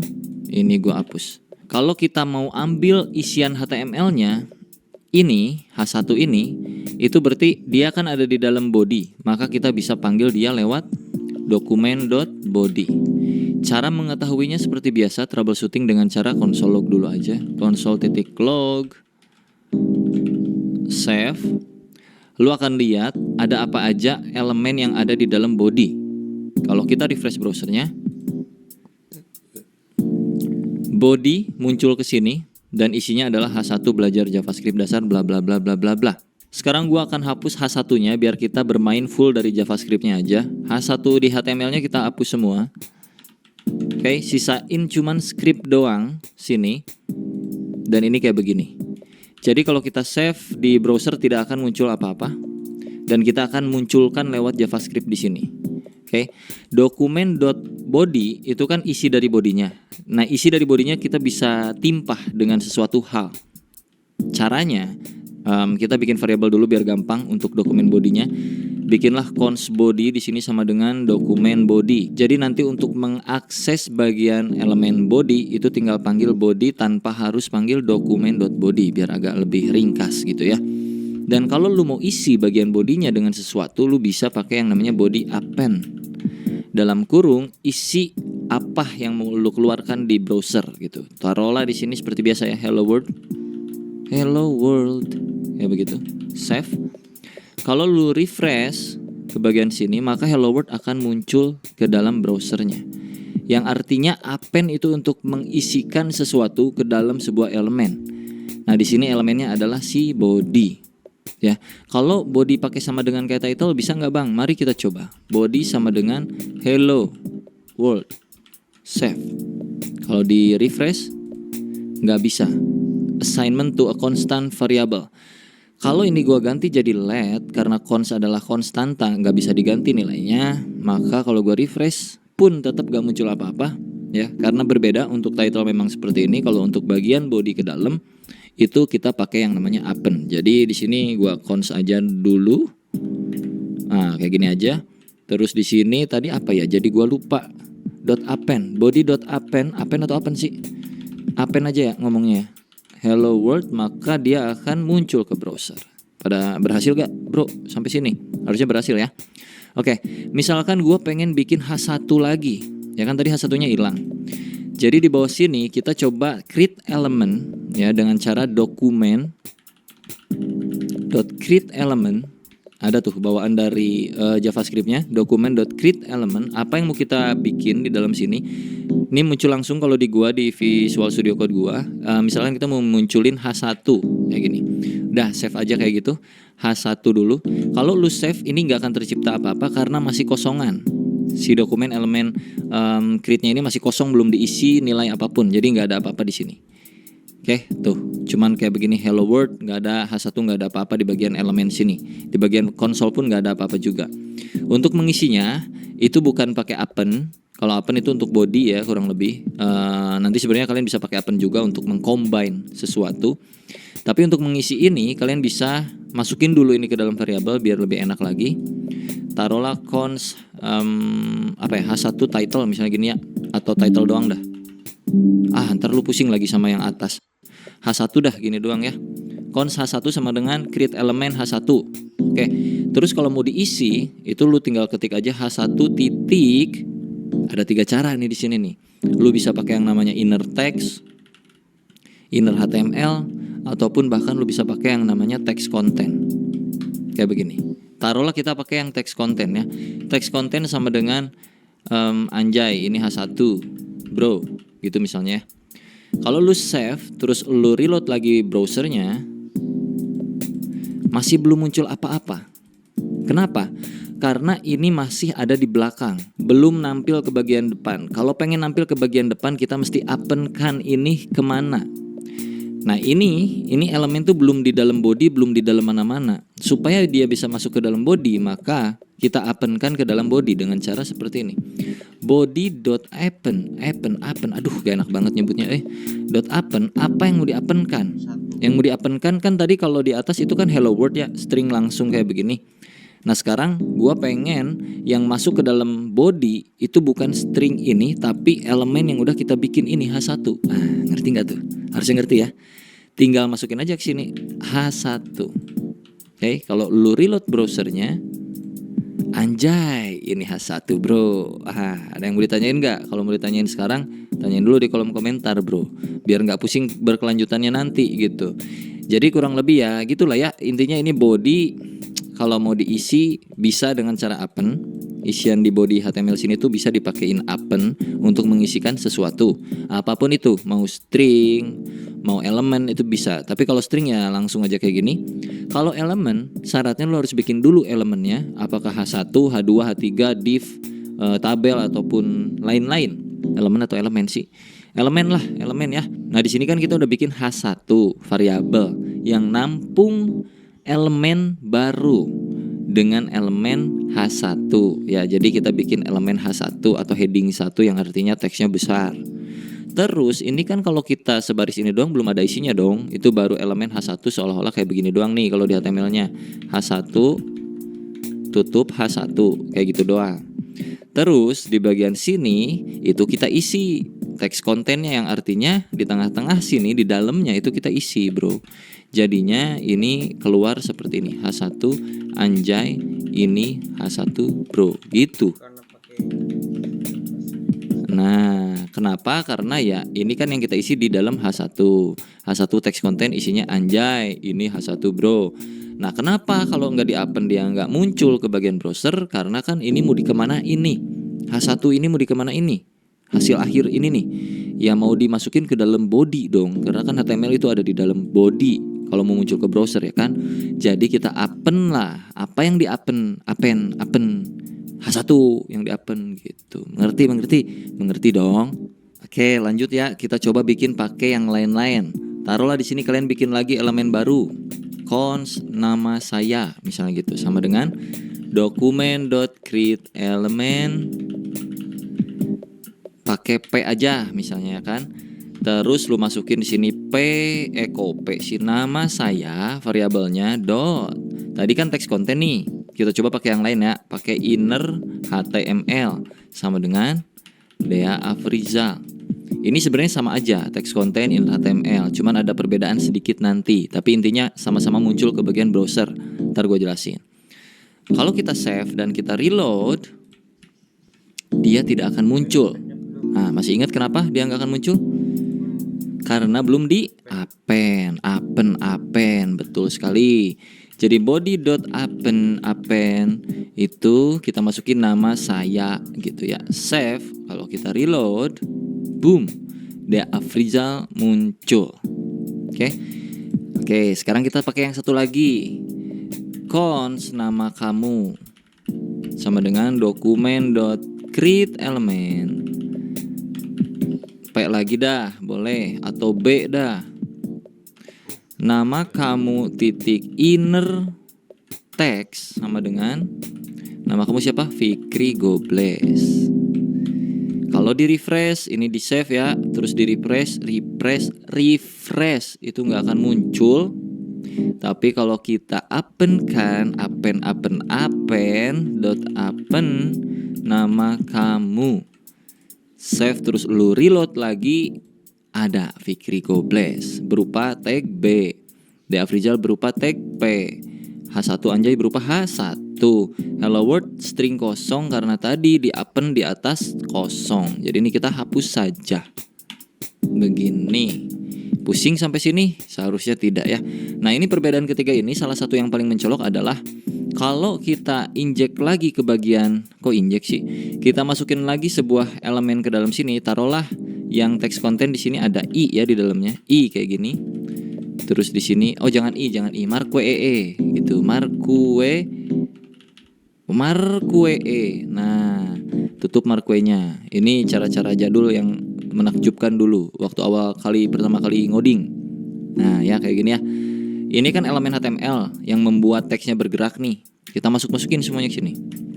Ntar kita lihat yang bergerak yang mana. Marquee. Ya, lu masukin sendiri aja, pokoknya mah ikutin aja. Tutup marquee. Nah, kita save. Nanti kalian bisa tahu nih perbedaan antara text content, inner HTML dan inner text itu apa. Oke? Marquee ini artinya membuat teksnya berjalan dari kanan ke kiri, kurang lebih kayak gitu. Kita coba reload. Refresh. Silahkan. Ada yang tahu bedanya apa? Nah, simpulkan sendiri di kolom komentar ya. Yang mengerti berarti Anda siap lanjut ke materi berikutnya. Kalau tidak mengerti, assalamualaikum warahmatullahi wabarakatuh. Pokoknya mah ya. Gimana? Coba, udah komen udah? Pause dulu videonya bro, gue mau ngopi dulu. Gua tidak akan menjelaskan apa perbedaannya, cukup dibuktikan saja kurang lebih seperti itu. Dan kalian simpulkan masing-masing. Kalau merasa kalian nggak yakin ya silahkan browsing sendiri atau cari di video lain di YouTuber lain ya. Kita lanjut lagi. Ini materi yang kurang lebih seputar append-appendan lah ya. Bosen ya, kita move lagi ke materi berikutnya tentang data selector. Oke, ini akan gua hapus semuanya sampai sini. Sampai body juga akan gua hapus sebenarnya. Nah, gini aja. Oke. Cuman bermain di title ini doang, terus di HTML kita akan masukkan sesuatu. Taruhlah kita akan bikin yang namanya tombol, boleh di sini ya. Tombol, button, testing atau jangan testing deh. Halo, klik saya gitu ya. Klik saya. Oke. Terus di sini kita punya ID. Pertama kita get by ID dulu ya. Jadi di sini ID-nya misalnya ID itu kurang lebih untuk ngasih tahu ini button tuh spesifiknya apa sih. Nah, supaya kita dari JavaScript bisa tahu ini button tuh punya nilai, jadi kita langsung masukin aja, taruh di sini BTN misalnya gitu ya. BTN 1 dah. Klik saya 1 misalnya gitu. Gua copy ini ke bawah, Ctrl C, Ctrl V. Ini klik saya 2, ID-nya BTN 2. Oke, kita reload lagi browsernya. Reload. Ada klik 1 dan klik 2 ya. Oke, console log. Kalau diklik tidak terjadi apa-apa ya. Jadi kita akan coba modifikasi tampilan tombolnya. Jadi kita panggil dulu bagian ID-nya di dalam JS dengan cara taruhlah tadi namanya BTN1. Kita bikinkan variabel penampungnya namanya cons BTN1 sama dengan document.getElement by ID dalam kurung. Nah, ini adalah nama ID-nya. ID di BTN1 tadi apa? Di button yang pertama itu ID-nya BTN1. Kalau lu cek sini, ID BTN1. Terus untuk yang kedua kita copy juga ini sama BTN2. Ganti aja tinggal 22 kayak gitu. Kalau kita console log, BTN1 nya, console log BTN1. Pas kita refresh browsernya, maka akan muncul buton 1, ya enggak? Klik saya 1 sini muncul. Kalau kita console log yang BTN2, maka BTN2 langsung muncul ke bagian konsol. Artinya kita udah bisa menseleksi lewat JavaScript yang mana elemen tersebut yang mau kita ubah nantinya. Nah, misalkan yang elemen 1 alias button pertama itu akan kita ganti tampilannya. Gua nggak mau ada bordernya, misalnya kayak gitu. Kita coba di sini sekaligus juga dengan styling ya. Jadinya btn1.style. Nah, dot misalnya gua mau hapus bordernya. Langsung aja masuk ke elemen ke style CSS yang harus kita lakukan kalau mau mengubah border border kayak gini ya. Sama dengan pakai string none yang artinya border akan gua hilangkan untuk button pertama. Paham gak tuh? Button pertama style bordernya gua bikin none. Ini memang gabung sama CSS sih kurang lebih, tapi ya sedikit aja lah ya. Jadi kalau kita refresh maka dia jadi seperti itu buduk, nggak ada bordernya bro ya. Untuk yang 1, kalau yang 2 masih aman. Lu juga bisa timpah-timpah dengan styling lainnya. Taruhlah btn1.style.padding misalnya sama dengan 8px kayak gitu. Save. Terus btn1.fontSize sama dengan misalkan 24px. Terus btn1.background sama dengan misalkan warna backgroundnya itu tomato kayak gitu ya. Terus udah gini dulu misalnya. Kalau kita refresh, waduh gitu ya. Kurang lebih itu berbeda sama button yang sebelah sini. Itu via JavaScript. Kurang lebih dengan cara yang seperti ini. Ini kalau bicara styling lewat JavaScript ya. Jadi pakai pemanggilan getElementById itu bisa. Atau pakai yang satu lagi. Nah, BTN2 itu akan kita panggil dengan cara yang lain. Taruhlah di sini bukan ID nih. Misalkan kita punya kelas. Ya kan, biasa HTML itu ada kelas untuk supaya kita bisa styling pakai kelas gitu kurang lebih. Taruhlah di sini kelas BTN. Jangan BTN lagi dah, ntar lu pusing. Iya, boleh deh BTN2. Nama kelasnya BTN2, kalau ini ID BTN1. Untuk panggilnya bisa pakai cara yang paling mudah sebenarnya daripada getElementById. Ini hanya spesifik, hanya bisa manggil ID doang. Kalau pengen universal itu bisa pakai btn2 sama dengan document.querySelector. Nah, dalam kurung lu masukin apa? Misalnya titik. Tadi kan nama kelas tuh pakai titik manggilnya. Kalau ID itu pakai pagar manggilnya. Kalau titik itu pakai kelasnya apa tadi namanya?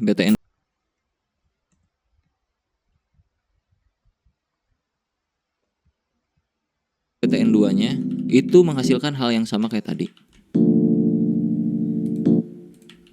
Tuh, masih sama aja kayak tadi.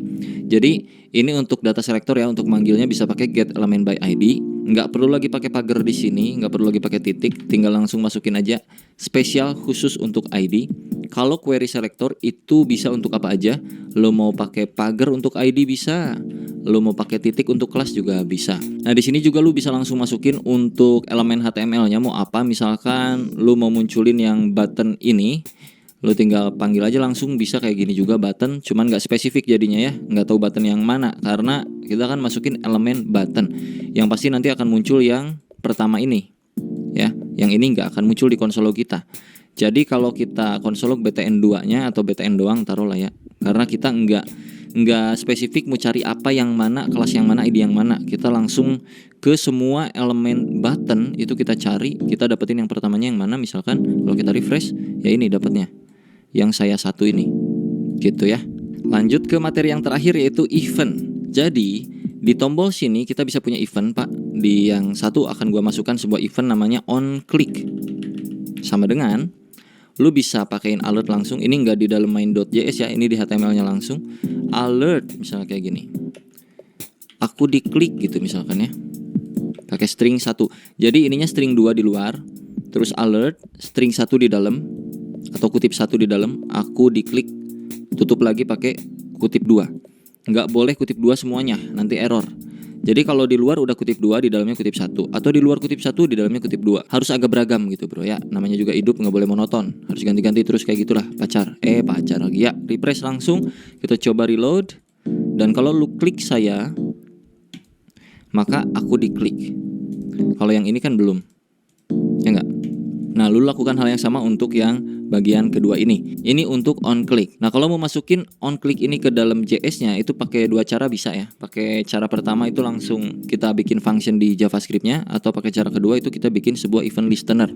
Tapi kita akan coba bikin function aja di JavaScript-nya supaya nggak terlalu pusing juga. Kita langsung bikin aja di sini nih. Di dalam on click ini taruhlah nanti kita bikin function di dalam JavaScript-nya adalah function namanya misalnya ganti warna. Pakai buka tutup kayak gini ya. Nah, artinya ketika tombol ini diklik, kita akan cari ganti warna. Cari function ganti nama yang ada di dalam script main.js. Karena sekarang belum ada, jadi pas diklik itu belum di refresh, sorry. Ganti warna is not defined. Kelihatan di bagian konsol ya. So kita bikin dulu di bagian main.js. Ini konsol gua hapus dulu. Kita bikin function yang namanya adalah ganti warna. Pakai kurawal kayak gini. Bikin dulu konsol log biar aman. Nah, gitu ya. Setidaknya pas diklik ini tombol akan mengarahkan si button ini untuk masuk ke bagian JavaScript yang fungsinya itu ganti warna. Yang mana isi ganti warna adalah aman gitu. Jadi kalau kita save dan kita reload, pas diklik mestinya di sini akan muncul tulisan aman. Ya, berarti fungsi tuh. Klik lagi 2 3 4 5 6 7 8 9 10. Jadi kalau di sininya kita ganti jadi alert, ditambahin misalnya di bawah alert aman. Kita refresh lagi. Aman muncul sini. Oke. Sekarang kita combine, Pak. Gimana kalau pas diklik ganti warna, itu warna buttonnya berubah. Yang tadinya buttonnya tomato, ya kan? Kalau lu cek nih warnanya, pas diklik dia ubah jadi biru misalnya gitu. Jadi di sini tinggal ini hapus dulu ya. btn1 karena kita udah punya button satunya itu yang mana? .style .background sama dengan taruhlah kita ubah jadi aqua alias biru. Aqua itu biru kurang lebih ya. Jadi kalau kita reload, pas diklik harusnya dia berubah biru harusnya. Nah, ada yang sudah berhasil? Ganti warna untuk merubah warna backgroundnya sesuai aja gitu kan. Oke, kita langsung lanjut lagi ke bagian event yang berikutnya. Ada yang namanya on mouse over. On mouse over itu supaya ketika mouse kita masuk, kita bisa melakukan sesuatu, men-trigger sesuatu. Taruhlah di sini on mouse over kayak begini sama dengan. Nah, apa yang akan kita lakukan? Taruhlah alert dulu di sini. Hehehe gitu ya. Untuk ngecek dulu sebelum masuk ke JavaScript. On mouse over alert hehehe. Ketika kita refresh, terus mouse-nya kita geser ke bagian button ini, tuh kan, kepencet, muncul hehehe. Kalau mouse tuh masuk lagi, gue mau jelasin dulu Pak. Kalau masukin ke sini, hia, tuh, lagi ya, hia, iya, hia. Artinya apa? Artinya kita bisa melakukan sesuatu lewat trigger tersebut. Ketika mouse kita masuk, kita mau ngapain? Nah, rencananya gue pengen ketika mouse ini masuk bukan alert tapi ubah. Ini tuh ya. Tapi ubah bagian klik saya, tulisan klik saya satu dengan lain-lain. Oke, kita coba. Masuk ke bagian main.js. Kita bikin sebuah function lagi. Function ubah teks. Nah, terus kita bikin kayak gini. Console.log ubah teksnya. Oke. Kalau udah bikin function di main.js, kita bisa arahkan bagian mana yang mau diarahkan ke function tersebut. Bagian mouse over. Karena yang on click udah keganti warna, yang on mouse over gue mau arahkan ke bagian ubah teks. Jadi ini kita hapus ubah teks. Save. Kalau kita refresh, nah, pas mouse kita geser harusnya di sini konsol ada muncul ya. Karena di codingan main.js tadi itu ada ubah teksnya. Coba. Tuh, ubah teksnya 2 3 4 5 6 1 2 3 4. Nah, kurang lebih kayak gitu ya. Jadi kita bisa mengubah teksnya ketika mouse-nya datang. Nah, untuk mengubah teksnya bagaimana? Gabungin lagi materi yang tadi di awal, Bro. Ini gua hapus btn1 text content. Bisa ya? Text content sama dengan apa misalnya? Hihihi misalnya gitu ya. Hihihi hahaha. Bolehlah. save, terus pas kita reload, seret, kosong ya. Perhatikan tulisan klik saya satu ini. Kalau gua mouse ke sini, hahaha hihihi. Berhasil? Sama nggak? Reload lagi ya. Mouse-nya geser ke dalam. Bah. Ada satu lagi yang namanya on mouse out. Jadi ketika mouse kita keluar, kita balikin lagi ke seperti semula.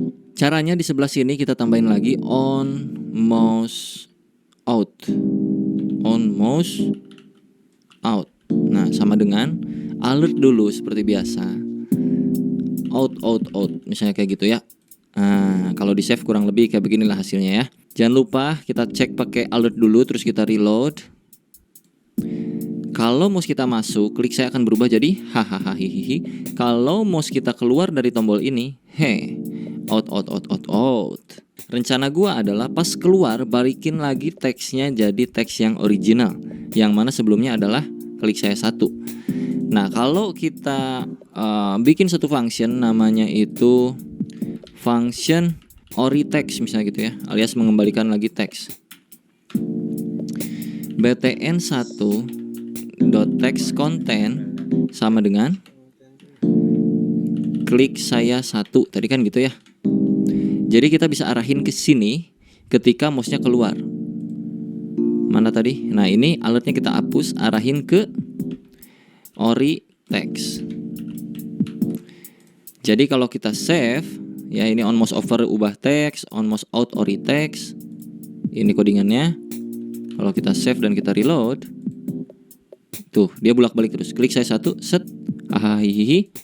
Pas diklik berubah jadi biru, pas keluar jadi klik saya satu, balik lagi, kayak gitu kurang lebih. Nah, alangkah lebih bagusnya kalau kita bikin default untuk teks kontennya. Jadi di sini kita bikin aja langsung nih. btn1.textContent sama dengan klik saya satu. Jadinya untuk ori text itu kita tinggal nggak usah kayak gini. Default text kontennya adalah klik saya satu. Nah, nanti pas ubah teks dia akan berubah jadi teks konten hihihi hahaha. Ini akan berubah jadi hahaha hihihi. Di HTML-nya kita nggak usah pakai yang namanya klik saya satu ini. Ini kita hapus. Jadi button kosong kayak begini karena untuk isi kontennya itu sudah di dalam JavaScript yang mana klik saya satu. Jadi kalau kita refresh masih sama aja kayak yang tadi. Nah, klik saya satu, pas kita geser, hihi balik lagi, gagal karena kita salah panggil. Harusnya ini jadi sebuah variabel const default text sama dengan ini, masukin nih sini. Ini default text. Nah, ngerti nggak? Kayak yang materi awal tadi kemarin. Kok tadi sih? Kemarin tuh variabel. Terus variabelnya adalah klik saya satu, global variabel ya ini ya. Terus btn1 text content isinya adalah default text yang mana berarti sama dengan klik saya satu. Jadinya pas di bawah lebih enak gitu manggilnya. btn1 titik text content sama dengan default text gitu. Jadi kalau sudah kita coba refresh lagi. Set klik. Nah, gitu ya. Gua kasih clue satu kali lagi sebelum kita masuk ke tugas ya. Contoh, misalkan pas diklik, selain ubah warnanya, gue pengen juga munculin sesuatu. Jadi kita pergi ke bagian function yang pas diklik teh mana? Ganti warna ini ya. Pas diklik ganti warna, gue akan tambahkan juga sesuatu. Kita akan create elemen di dalam ganti warna sini. Atau untuk lebih relevan lagi, kita ganti, jangan ganti warna. Untuk function yang dikliknya, on click jangan ganti warna, tapi klik button. Gini boleh ya, klik button. Terus kita ganti di sini yang tadinya ganti warna jadi klik button. Ketika diklik button akan merubah background warna. Terus ketika diklik button kita akan ngapain lagi? Ini sebagai clue tugas, diingat-ingat ya. Gua akan create sebuah elemen di sini. Const, taruhlah di sini new text sama dengan document.create element p. Lalu new text akan gua isi dengan text content. Halo Bung, apa kabar? Misalkan gitu. Lalu gua akan append ini ke body.append new text. Bodinya kagak ada. bentar, kita panggil lagi bodinya, tadi udah dihapus lupa. Const body sama dengan dokumen .get .body, sorry. Jadi kalau gua refresh, ini kan kayak gini. Kalau diklik, selain dia merubah warnanya menjadi biru, dia juga akan memunculkan sebuah elemen baru. Tahu? Halo Bung, apa kabar? Nah, aman ya, kita masuk ke tugas ya. Tugas kecilnya adalah munculkan sebuah elemen HTML baru dengan isi berupa teks bertuliskan nama kalian. Oke. Tapi bukan ketika tombol diklik. Bukan.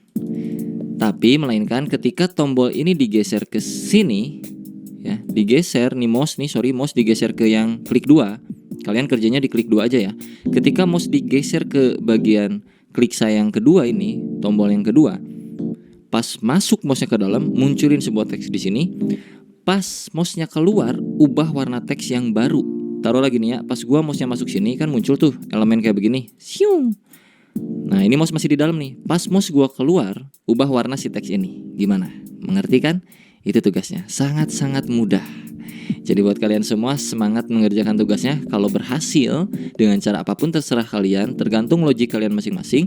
Implementasikan lewat codingan yang kayak macam beginian. Semuanya clue-nya sudah gua kasih.